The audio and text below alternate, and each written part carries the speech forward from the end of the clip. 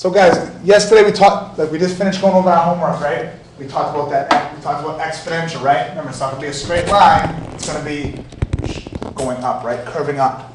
So this is the, remember I told you we're going to talk about a couple of other different situations when we're comparing graphs, all right?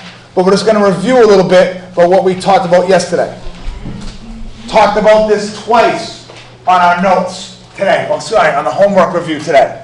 What is the formula? Who can tell me by raising their hand? What's the formula for exponential functions? We talked about it twice. We wrote it. Mr. Hager wrote it once on the homework. I wrote it once on the homework. Someone tell me what it is. Sabrina? Y equals A times B to the 5. Perfect. Right? Y equals A. There should be a times thing here. Times B to the X. All right? There's a lot of different things we talked about. There's ways we can write it when we're looking at a graph, right? So when we're looking at a chart, we did that in the homework. We can do it when we're given a function, we have to graph it. We did that in the homework, but this is the formula we have to use. All right? If I said this, we kind of did this on the homework, but just a little review. All right? Compare the graph of the function y equals 4 times 5 to the x times the graph of y equals 5 to the x. If I was going to compare that, just like we did on the homework, all right, what would you write? What would your answer be, Ariana? Vertical stretch plus factor of 4. Perfect, right? Vertical stretch, right? It's a vertical stretch of a factor of 4, right? So this is a vertical stretch of y equals 5x by a factor of 4. Right? That's what you're going to write. So or you can just write vertical stretch by a factor of 5. Factor of 4. Vertical stretch by a factor of 1. Right? A is greater than 1. All you have to do is write vertical stretch by a factor of 4. Okay? How if we had this? Compare the graph of the function y equals negative 4 times 5 to the x to the graph of y equals 5x. What would you have to write?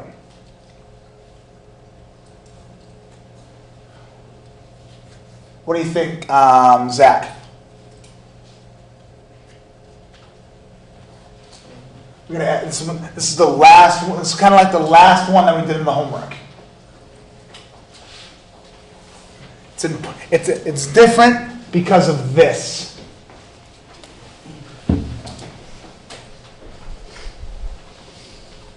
One of the last ones we did in the homework. Anybody remember? KJ, you remember? One of the last one we did in the homework. Ryan. Reflect over the x-axis. It's going to reflect over the x-axis, but I need more. Vertical stretch of factor 4 should reflect over x-axis. Perfect. Because it's negative, it's going to be reflected, right? All right? So it's a vertical stretch by a factor of 4 reflected over the x-axis. All right? So when I compare that to y equals 5 to the x, just like Mr. Hager showed you, one's going to go up like this, the other one's going to go like that. So those are the two situations that we talked about yesterday when we're comparing graphs. One where it's a is greater than 1 and it's positive. One where a is negative and it's a whole number. All right? Now, we're going to look at some other ways to compare exponential functions. All right? Mr. Hager's handing out the notes right now. So now we're going to get into a situation where, again, sometimes we haven't dealt with these inequality signs in a while, guys. So Mr. Hager and I wrote out in words here what it means. All right. So if a is greater than 0 and less than 1, a is greater than 0 but less than 1. That means we put in parentheses here, guys. A is going to be a fraction. It might be 2/3. It might be 1/3. It might be 3 to the 4th. It might be 2 to the 5th. All right. All those numbers are going to be in between 0 and 1. Right? They all have to be proper fractions. And that means the number on the top can't be bigger than the number on the bottom.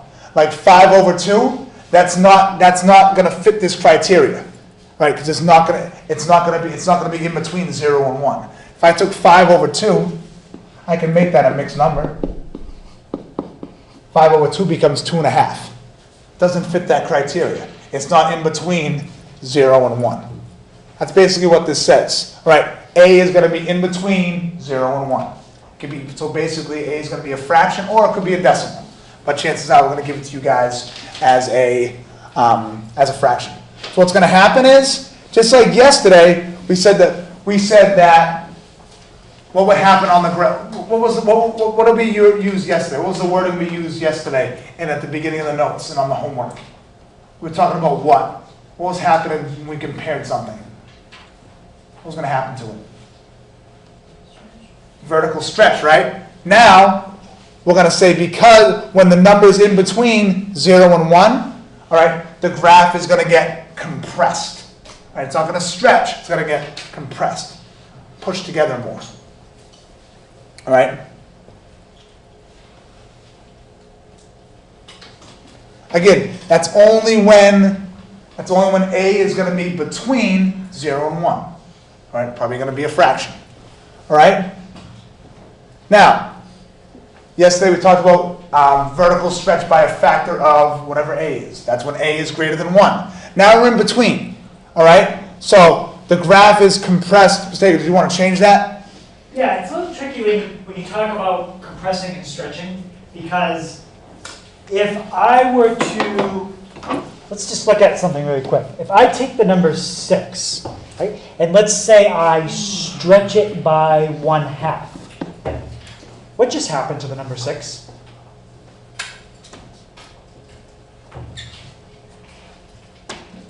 If I take 6 and think about like stretching it or multiplying it by 1/2, what happens to it? Yep. 6 times 3. And you get what for an answer here? Basically saying that, what's half of 6? 3. Yeah. So what I'm trying to show you is if you stretch something by a fraction, your number actually gets what?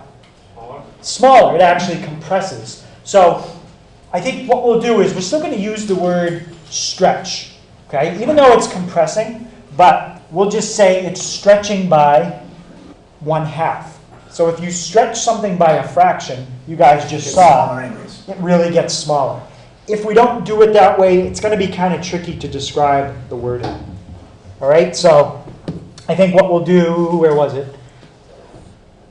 Right here, is we'll just change compressed to stretched. Okay, and remember, we're stretching by a fraction. So what's going to happen when we really stretch by a fraction? It really compresses. All right. I could explain to you guys how to word it with the word compressed, but I think it'll confuse you. They don't have to mention that it's being stretched by a fraction, right? They can say the graph is stretched vertically by a factor of 3/4. Yep. If you tell me that it's stretched by a fraction, I will know that that means it really is compressing. Okay, so any question on that? All right, so I think we'll word it that way.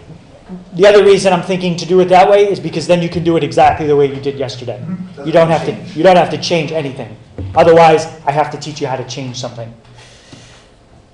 Oh, okay. So now if A is negative, this case we already talked about yesterday.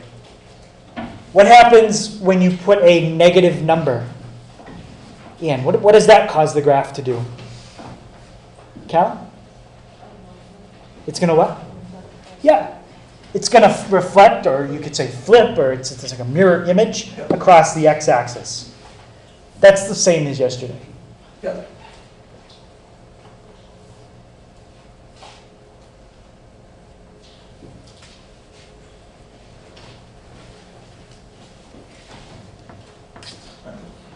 Let's change that again, mistake. Stretched. Yeah, and just take out the whole compressed part because it's just reflected. That's all that happens there. So is this reflected? Yep. I'm not to say by a factor? Or? Nope. Oh.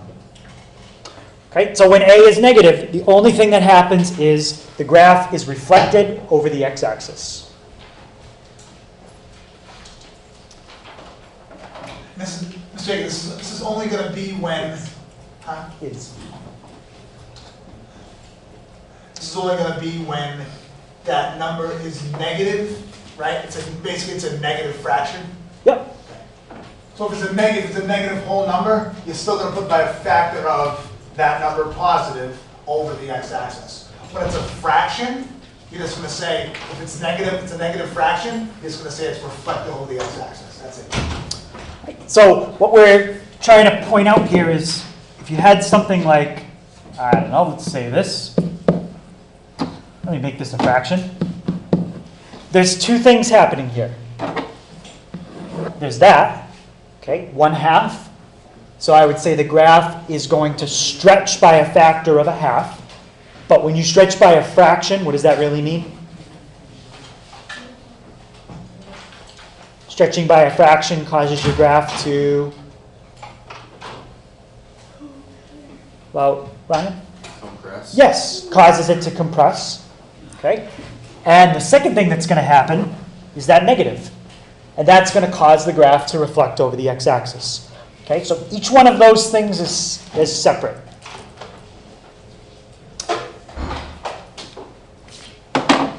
Okay, any questions what the number in front does or what the negative does? It's really the same as yesterday. The only difference is now you're going to have fractions here instead of integers. Right? So let's look at a few different graphs. Okay? What I'm going to do is draw them on the calculator so you can see them. But I want you to tell me what's going to happen before I draw it. Who can tell me what this 3 is going to do? Putting a 3 in front.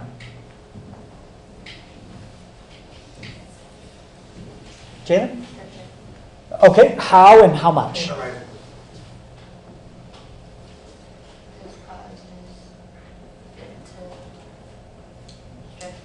Okay, that's good. So she told me the direction because we could stretch horizontally, but we didn't talk about that. So this is a vertical stretch. Now you have to tell me how much. By a factor of 3.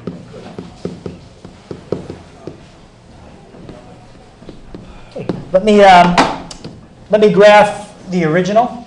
Okay, what I'll do is I'll put the original in blue. 2 to the x. And I will put the new one in red. 3 times 2 to the x. Okay, so when it stretches, that means it's going to curve up sooner. Okay, so when I graph this, I should see the graph in red curving up quicker because it's going to stretch. Let's see how that looks. Okay, there's your graph in blue. You'll start to see it. And now your graph in red, it's going to look like it's going to trace right on top of it for a little while because they're so close. But then you're going to see the red one hopefully curving up sooner. And that's because it's been stretched. Everybody see that? It's like you're pulling the graph apart, stretching it. Yep. It's like you took Pulling the original apart. and stretched it vertically. All right, let's try this one. -3 times 2 to the x. Okay. How many things are going to happen in this graph? 2 things, right? What's the first thing we're going to write down?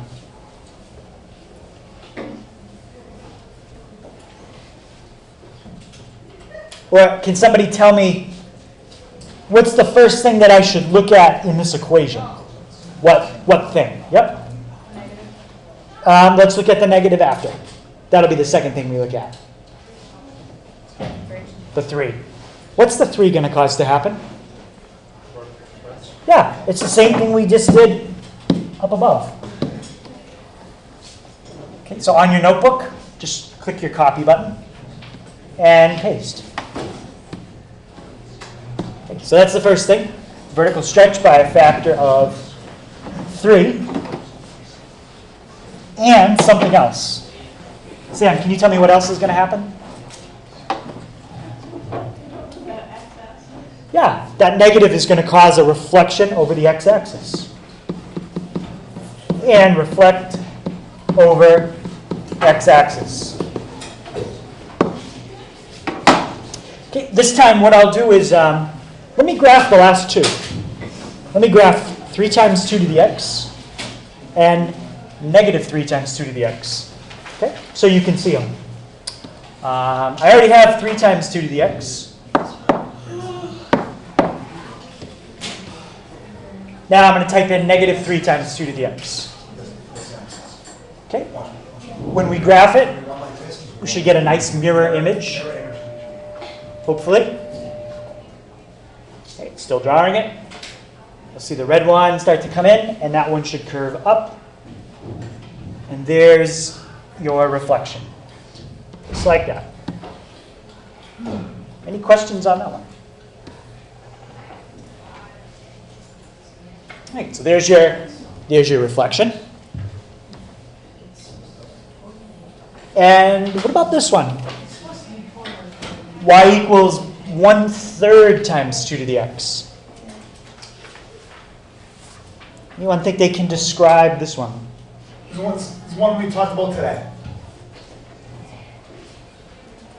Sabrina? Stretch Yep. So vertical stretch by a factor of 1/3. Now, if you stretch by 1/3, what is that really going to do to your graph visually? About 10? It'll compress it. Right. Okay. So the other way I could have told you guys to explain this, which I didn't go through, you could say vertical stretch by a factor of 1/3, or you could say compressed by a factor of 3. Okay. I didn't explain how to say it with the word compressed, but that's how you'd say it. Compressed by a factor of 3. Okay. But I want you guys to stick with this way.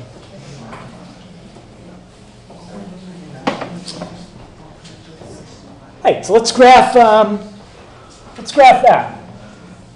We've got the original, okay, 2 to the x, and let me type in 1/3, and let me fix this.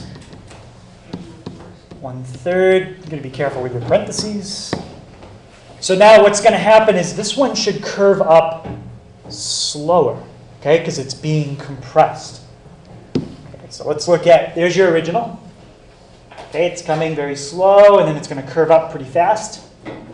And now the other one should curve up underneath it. Should curve up slower. Everyone see how it's curving up slower? It takes a little longer before it starts to turn. And there's your graph. You can think of it too, guys. It's not going up before the original. It's going up after the original. Okay. Any questions on that one? Right, and let's try one more.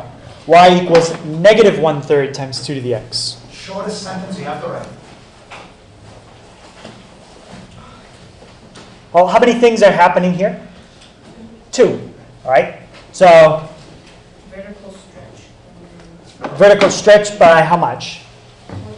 Yeah. So first, let's write everything we did for the last one. Plus, we need to add to it.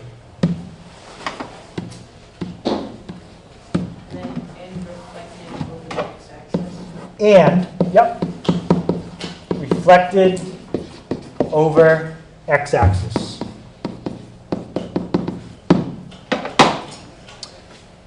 And I guess I might as well draw this one too. So let's keep 1/3 times 2 to the x. And let me graph negative 1/3 times 2 to the x. That's fine. So visually, these are going to be, what did we call them? They're, reflections. Mirror. It's like a mirror image. It's like if you folded the paper in half, it would be right on top of each other. All right, that's the negative, right? Because that one's flipped down. Here comes the positive. And that one should start curving up right about there. And there's your mirror images. Okay. Any questions on that? Remember, guys, you're not gonna have to graph it. You just have to describe it to us. You just have to describe what's happening.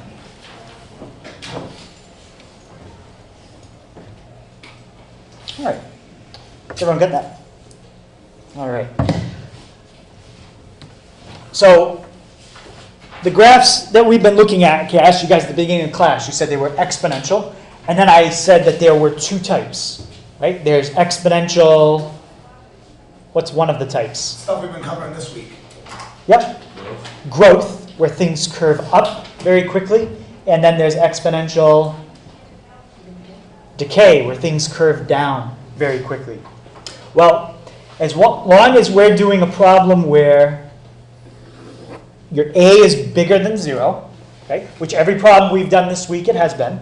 Sometimes it's a fraction, sometimes it's a number bigger than 1, but A has always been bigger than 0, and B is bigger than 1. That's when you have exponential growth. Yeah, that's the blank on the back side of your notes. Okay. Next week, you're going to see what happens if B is less than 1. Okay. For this week, you're never going to see B less than 1. If I did B less than 1, that would make it decay.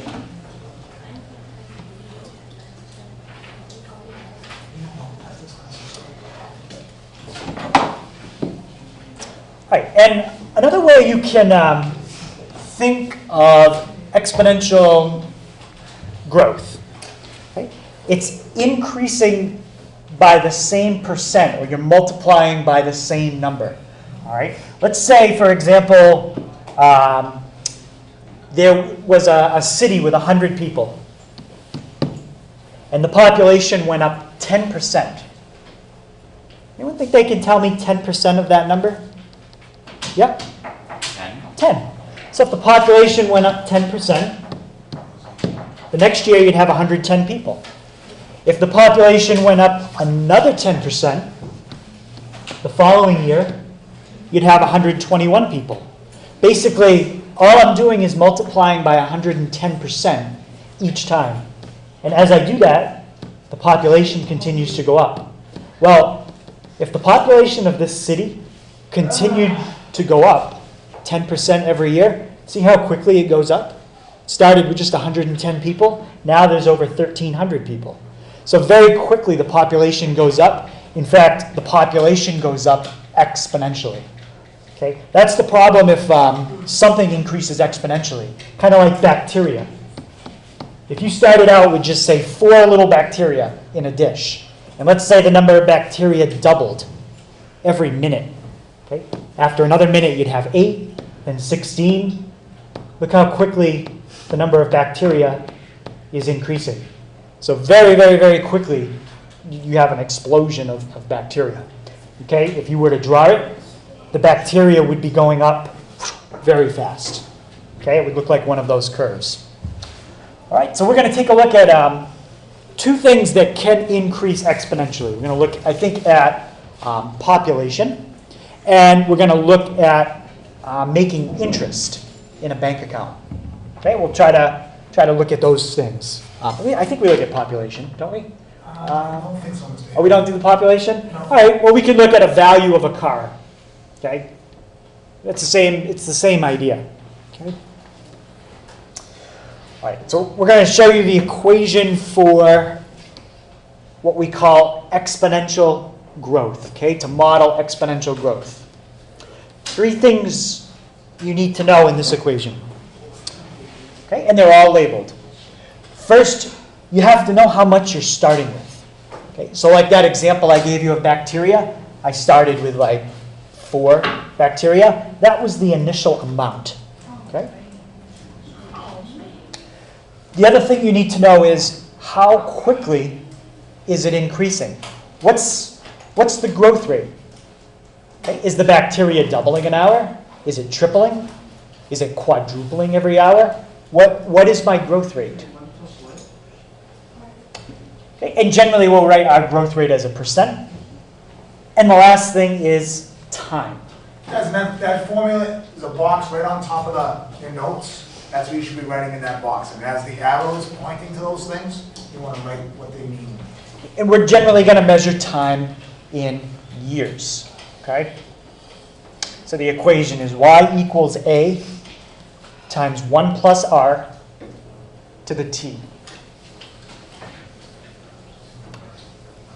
Okay, and you have to know a, you have to know r, and you have to know t.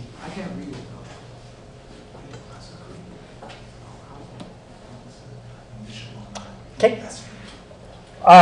When we do that, like that problem I showed you with bacteria, doubling, instead of it being bacteria, you could say it's people. You started with 4 people, then you had 8, then you had 16. So whether you do a problem about people doubling, bacteria doubling, it's all the same. Doesn't change the math, how you do it. All right, so what I'm going to do is I'll keep this formula up, and I'm going to put up our first word problem. All right, so the word problem, let's just read it first. Okay, it says we have a car from 1953. And the car, let's see, the owner of a 1953 car, he sold the car at an auction. Okay, and the owner bought the car in 1984 for $11,000. The value of the car increased 6.9% every year. Right? So that fits our description of exponential growth.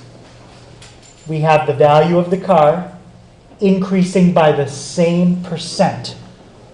The value of this car is going up 6.9% every year.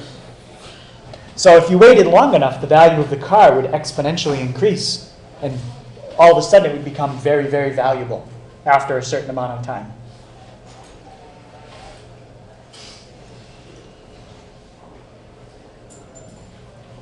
All right, so a few things we're going to try to figure out.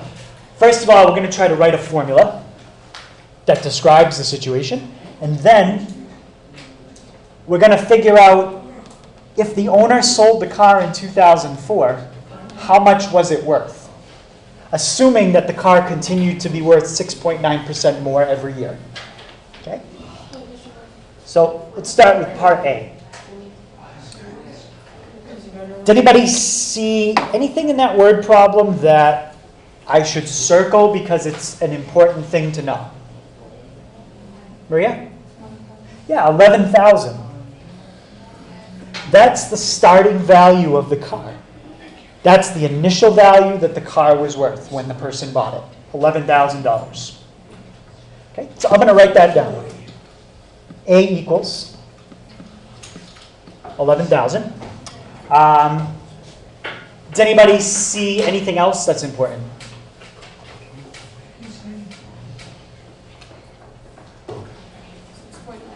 Yeah, the 6.9%, that's very important.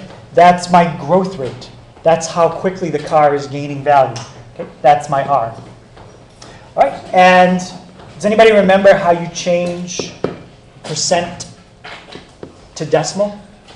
Because your growth rate has to be a decimal. What is 6.9%? Yep, good, 0.069. You just take your decimal and you move it 2 places to the left. All right, now let's just fill in the 2 numbers we have. Okay, we don't know anything about T yet. Okay, T is how many years later the guy decided to sell his car. That's not going to come till part B. In part B, we can figure out how much time he had the car for. Okay?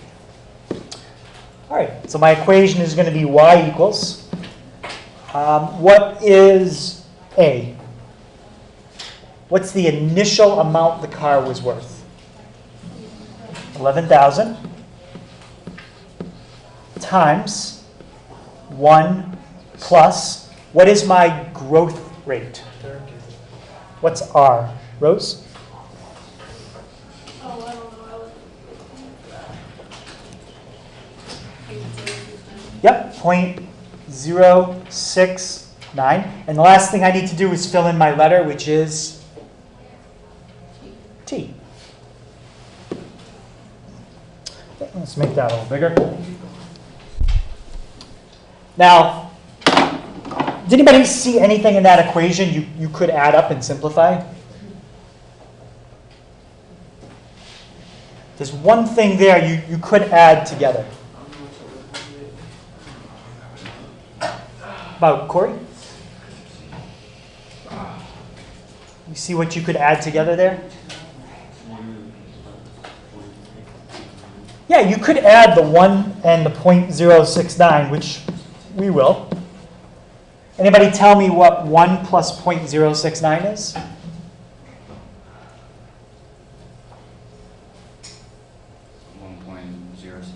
Yeah, it's just 1.069. And my exponent is t. Now, look at that equation. It looks just like the kind of problem we've done before. A is 11,000, B is 1.069, and t is my exponent. Now, we normally did y equals a b to the x. Well, now we're doing a b to the t, because t stands for time. All right, now part B, we're going to use the equation from part A. So it's kind of like an MCAS question. You figure out something in the first part, and then you use it in the second part. It says there was an auction in 2004. What was the value of the car when it sold at auction? Okay, when was the car purchased? 1984. Yes, the car was purchased in 1984. It was sold in 2004. So how many years did this person have the car for? 20. Yeah, person had the car 20 years. Okay. Right? You could just take 1984, 1994, 2004. Person had the car 20 years. So Victor, what letter do you think 20 is going to be in this formula? Yeah, the only letters we have are Y and T. Be T. Okay. T, if you go back to your formula, T is your time in years. Okay. So now we're going to fill it in. We're going to need a calculator to do it. Okay. Once I type it in, I'll know the value of the car. Copy down 11,000. Copy down 1.069. And fill in 20 for T. Now, Victor said it's going to be worth a lot. What's going to end up happening is, see how close that number is to 1? It's so close to 1 that if you look at this graph, it's going to be curving so slowly upward. You know, it's going to take a very, very, very, very long time for the car to start going up in value. In fact, it's probably even going to curve up slower than that. Okay, that's going to probably be what the value of the car is going to look like. It's curving up so slowly. So it's not going to be that much. So yeah, it's going to go up a little bit. It might go up, within $1,000, but it's not going to go up too much.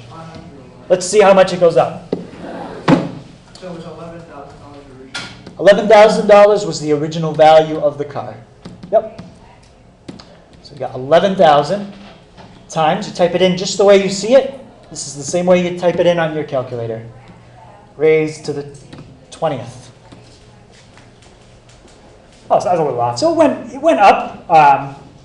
It went from 11,000 to 40,000. I mean, it's not worth billions or trillions of dollars, but yeah, it did go up a decent amount.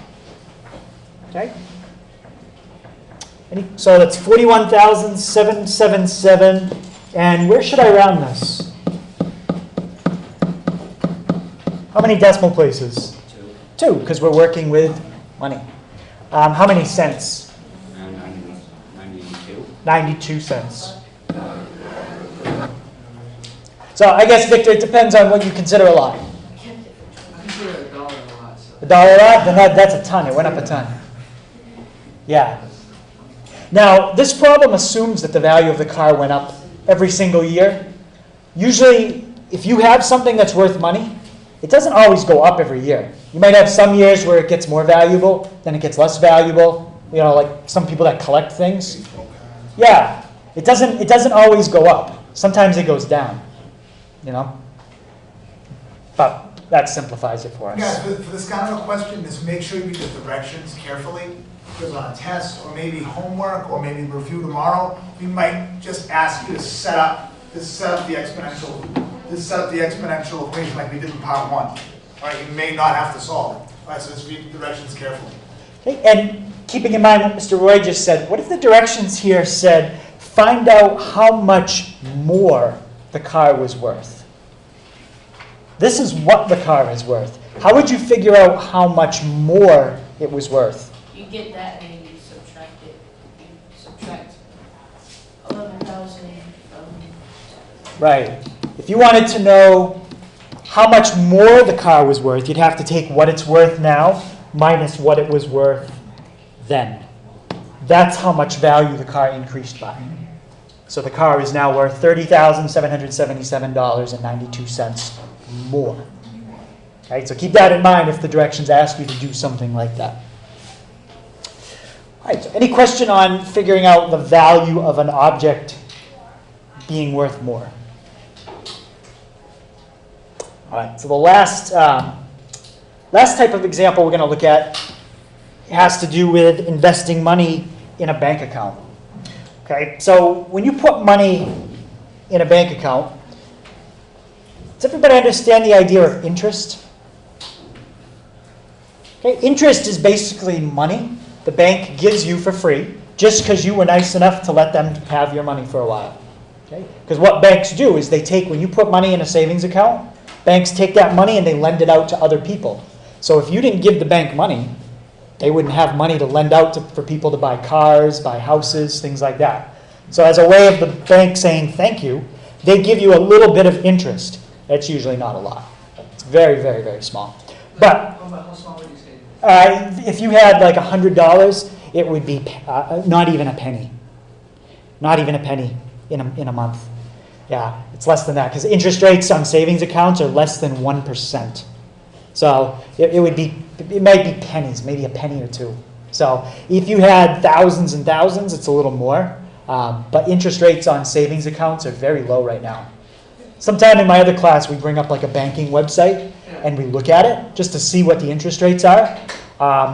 There's some checking accounts, like if you get a special deal, you can make like 2% or 3% interest, which is actually pretty good. Yeah. So that means if you had $100 and you made 3% interest, you'd make $3.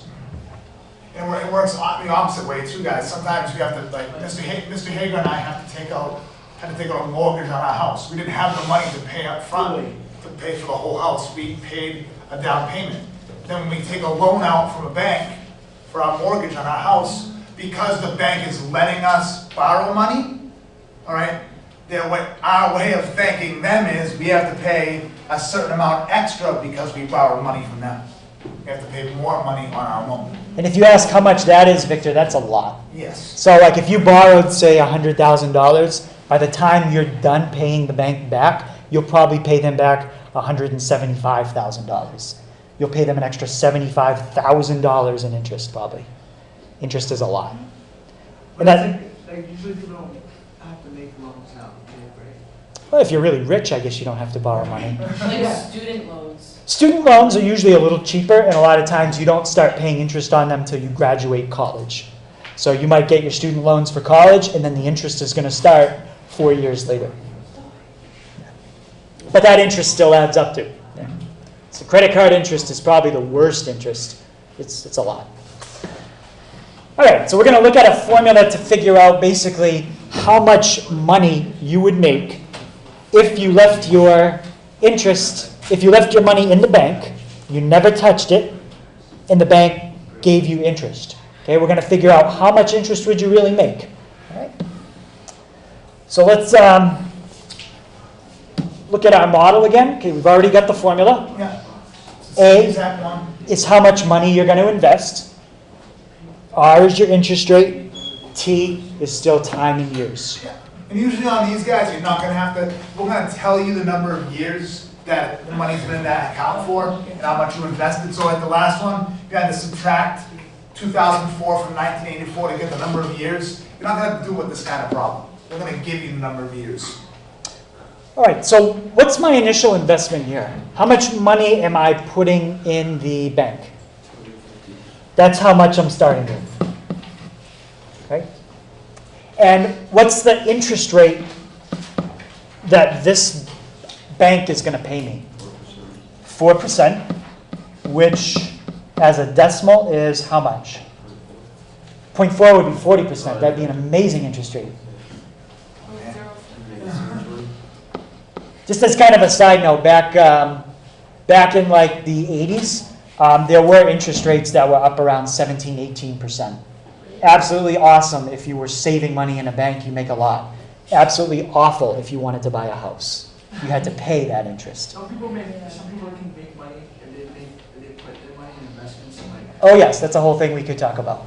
Yes. I want to talk about. All right, if you want to talk about that with me sometime, I'll be glad. It's something I like doing. So A is $250. My rate is 0.04. My time is how many years? 5. Okay. So let's look at our model and fill in those 3 numbers. First letter in the model is what?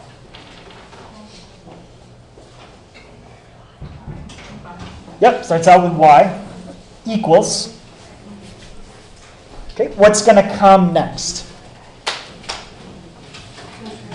250, that's my initial amount, times 1 plus, what comes after the plus? R. And what's R? 0.04. And the last thing is my exponent, which is what letter? T, which in this case is 5. Okay, let's type that in and see what we get. Okay, this one I can tell you you're not going to make much money. 4% would be a very good interest rate this, for right now, but you're not going to make, I don't think, even over $270. So maybe you'll make $20 or something. It's not going to be much. But let's see. 250 times 1 plus 0.04 raised to the 5, $300.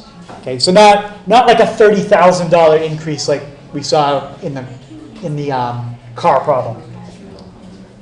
Okay, what should I round that to?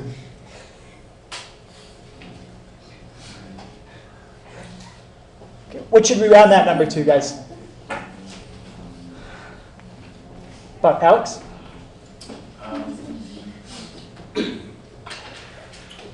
304 point. Yeah. Oh, bank's not going to be that nice to you. They're not going to give you money for free like that. What's the bank going to round that to? 304 point. Think money. What do we round to? How many places? 2. 16. Okay. 304.16.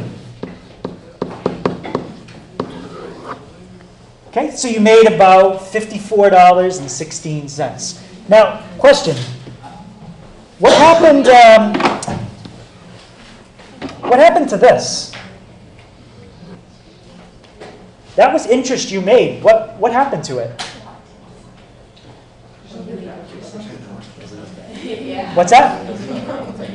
Yeah, this part after the second decimal, okay, basically just disappeared. In fact, if you read about, there was a scam at a bank where basically somebody tried to collect all these fractions of pennies, okay, because you wouldn't notice it on paper. Right? And they collected all these fractions of pennies, and they made thousands and thousands of dollars off of it. But eventually, they caught the person that was stealing these fractions of pennies. They're just like stealing things, but they made like... Fractions, not even pennies, fractions, parts of pennies How did they get caught? on paper. I think probably they did some kind of audit, and they realized that things weren't adding up right, or I don't know the whole story how they got caught, but I know people have tried to steal fractions of pennies thinking it wouldn't be noticed because it was so small. But think about it, if you steal millions and millions of fractions of pennies, eventually it adds up. But don't do that, you'll get in trouble. And then we'll have to come teach you math in jail. I'll remember that lesson on fractions and pennies. All right, so a couple quick reminders. One new reminder we haven't told you guys about. Second to last test is Friday. Okay, tomorrow we're going to do MCAS and review. Guys, don't put your notes away, please. Fourth quarter progress reports coming out. And rough date, this could still change, but the rough date for your final would be June 10th. No. Okay, so that means we would review Monday, Tuesday, Wednesday, and Thursday. It would give us 4 days of review. Yep. Yeah, it'd be like 2 more school days after that and you'd be done.